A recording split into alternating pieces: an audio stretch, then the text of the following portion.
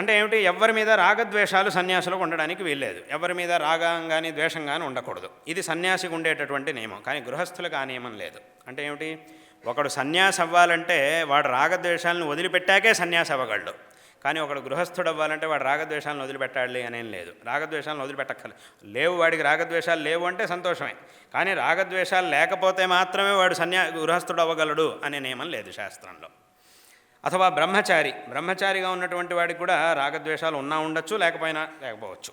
వాడికి అందుకే శాస్త్రం ఏం చెప్పింది, ఒకడు బ్రహ్మచారిగా ఉన్నప్పుడు వాడికి రాగద్వేషాలు ఉంటే వాడు గృహస్థుడు అవ్వాలి, రాగద్వేషాలు లేకపోతే నేరుగా సన్యాసి అయిపోవచ్చు అని శాస్త్రం చెప్పింది.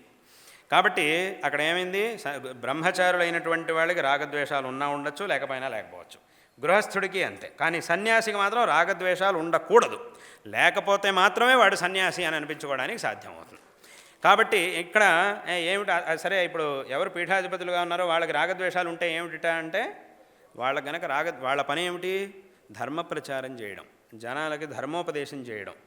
ఈ ధర్మోపదేశాన్ని చేసేటటువంటి వాళ్ళకి గనక రాగద్వేషాలు ఉంటే అప్పుడు ఏమవుతుంది, ఏమి ప్రమాదం దానివల్ల అనంటే, ఒకడు అయోగ్యుడిగా ఉన్నా కూడా వాడి మీద కనుక వీడికి రాగం ఉంటే వాడికి ఉపదేశించకూడని విషయాన్ని కూడా వాడికి ఉపదేశం చేస్తాడు. ఆ రాగం అనేది ఇలా చేపిస్తుంది మన చేత.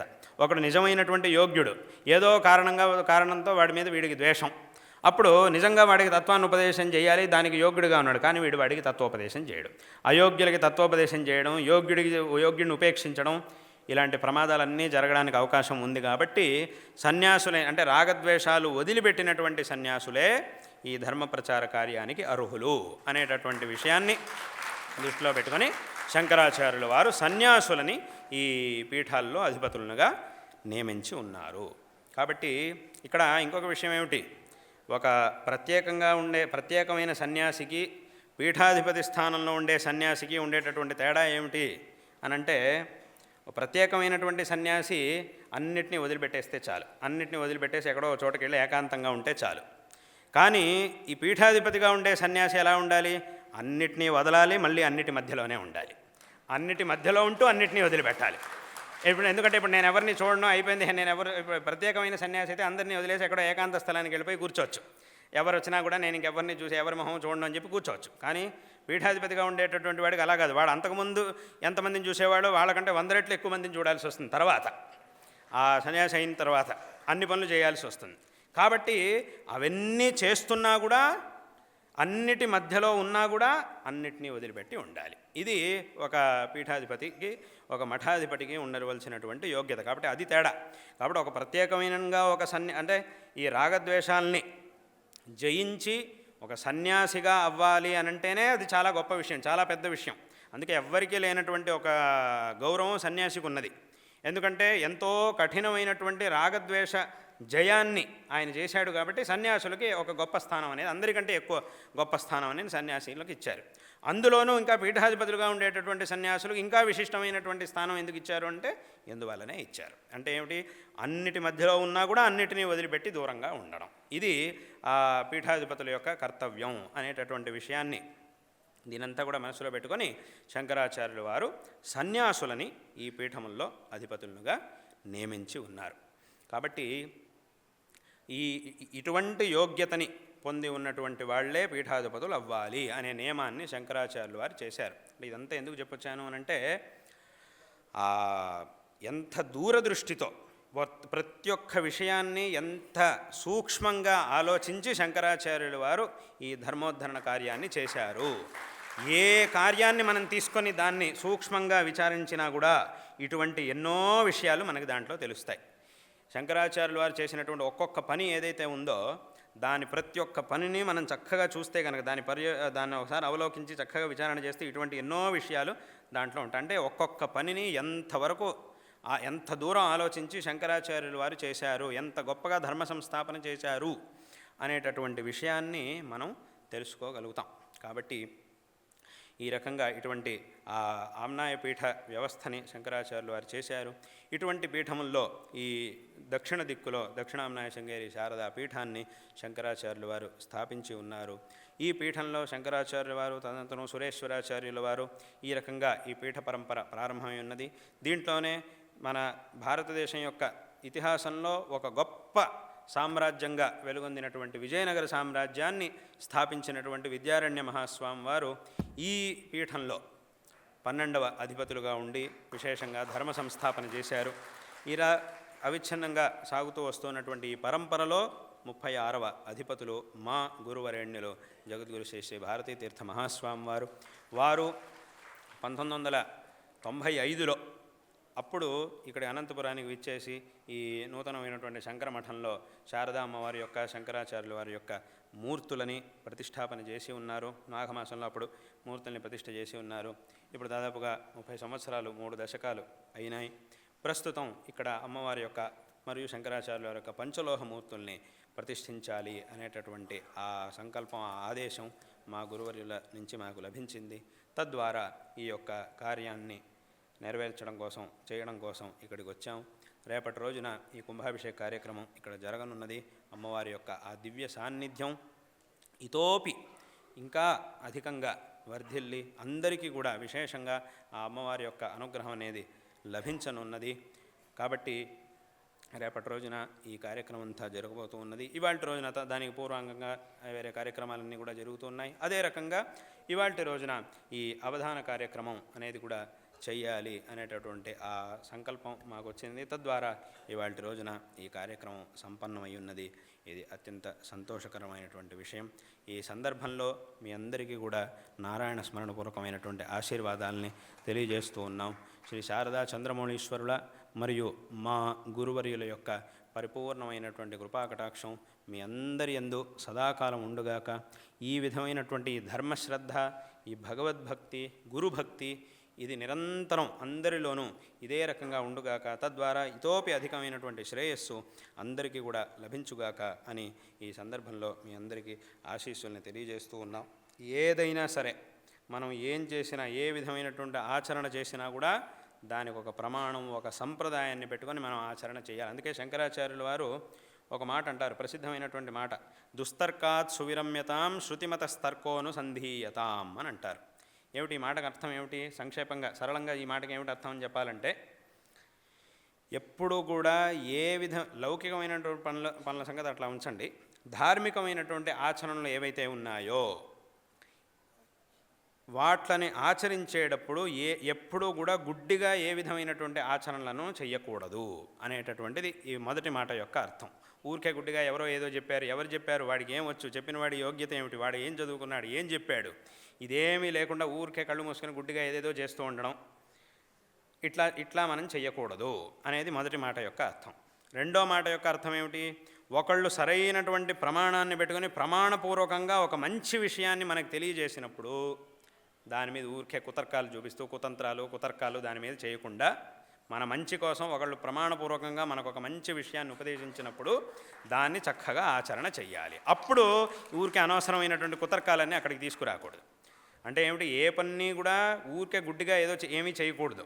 అలాగని విపరీతమైనటువంటి కుతర్కాలు చేస్తూ ఉండడం, మనకున్నటువంటి బుద్ధిశక్తినంతా దాన్ని నిందించడానికి ఉపయోగించడం, ఇలా కూడా చేయకూడదు అనేదే ఈ మాట యొక్క అర్థం. దుస్తర్కాత్ సువిరమ్యతాం శృతిమతస్తర్కోనుసంధీయతాం అనే మాటకి ఇది అర్థం. కాబట్టి ఇప్పుడు ఏమైంది?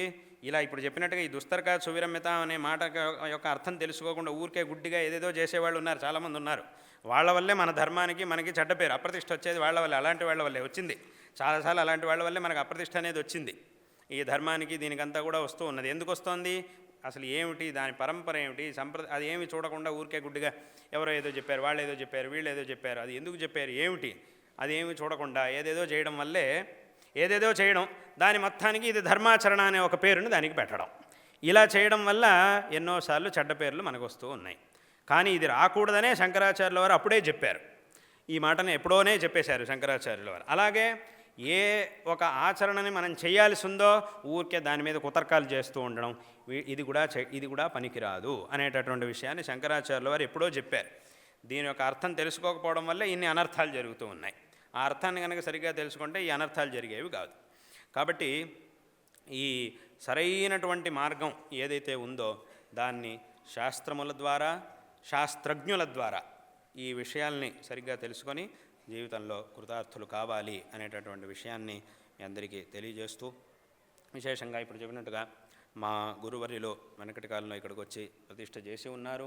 ఎంతో విశేషంగా మా గురువర్యులు ధర్మ ప్రచార కార్యాలు ఎన్నో సంపూర్ణ భారతదేశంలో ఎన్నో కార్యాలను చేసి ఉన్నారు.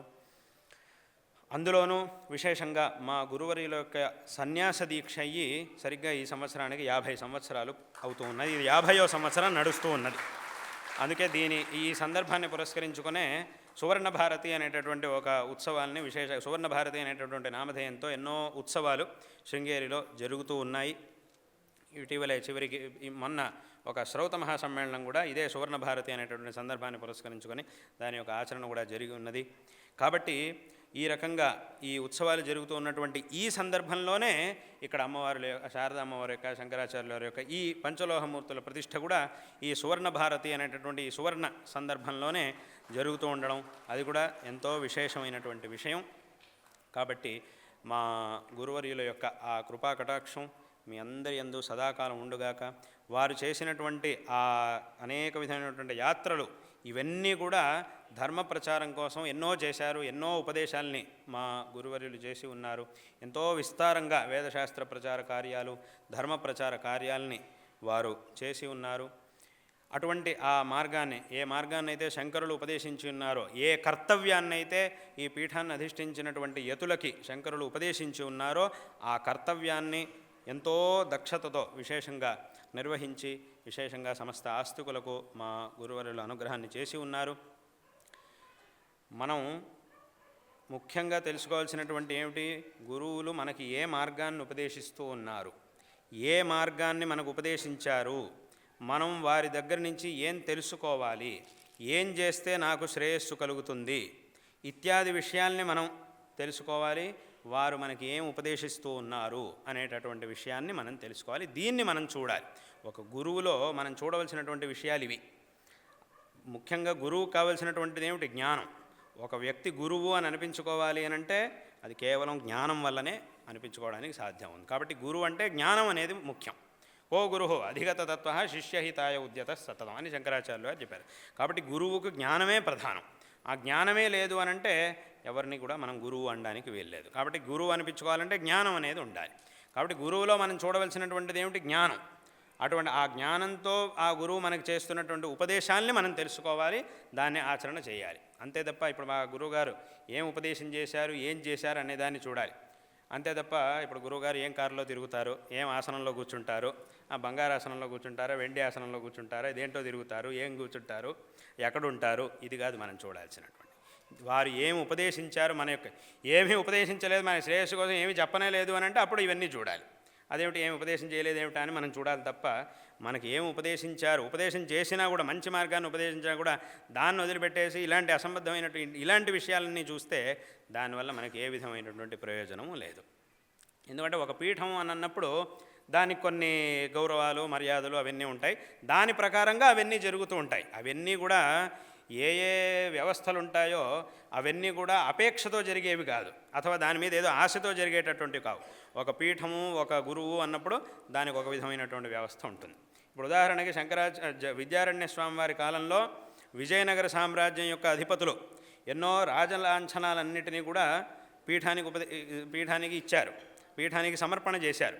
అప్పుడు అప్పటి కాలంలో రాజులు శాసనం చేశారు. ఏమిటి అంటే ఇంక నుంచి జగద్గురువులు ఎక్కడికి వెళ్ళినా కూడా ఈ రాజలాంఛనాలన్నీ కూడా ఉండాలి, వీటితోనే వెళ్ళాలి అనేటటువంటి అంటే దానికి ఆ వ్యవస్థని చెయ్యాలి అనేటటువంటి విషయాన్ని అప్పటి కాలంలో రాజులు ఉపదేశించారు, ఆ శాసనం చేశారు.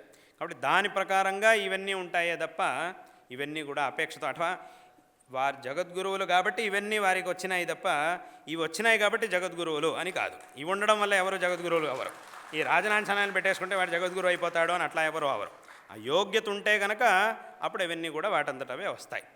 కాబట్టి ఈ రకంగా చేస్తారు తప్ప మనం చూడాల్సినటువంటి విషయాలు ఇవి. ఎందుకంటే ఇప్పుడు ఏం చేస్తున్నావు, దేంట్లో తిరుగుతున్నావు, ఏం చేస్తున్నావు, ఎక్కడ కూర్చుంటావు అనే అసలు అటువంటి విషయాల్ని కూర్చున్నవాడే చూడట్లేదు, వాడే చూడట్లేదు దాని విషయాల్ని.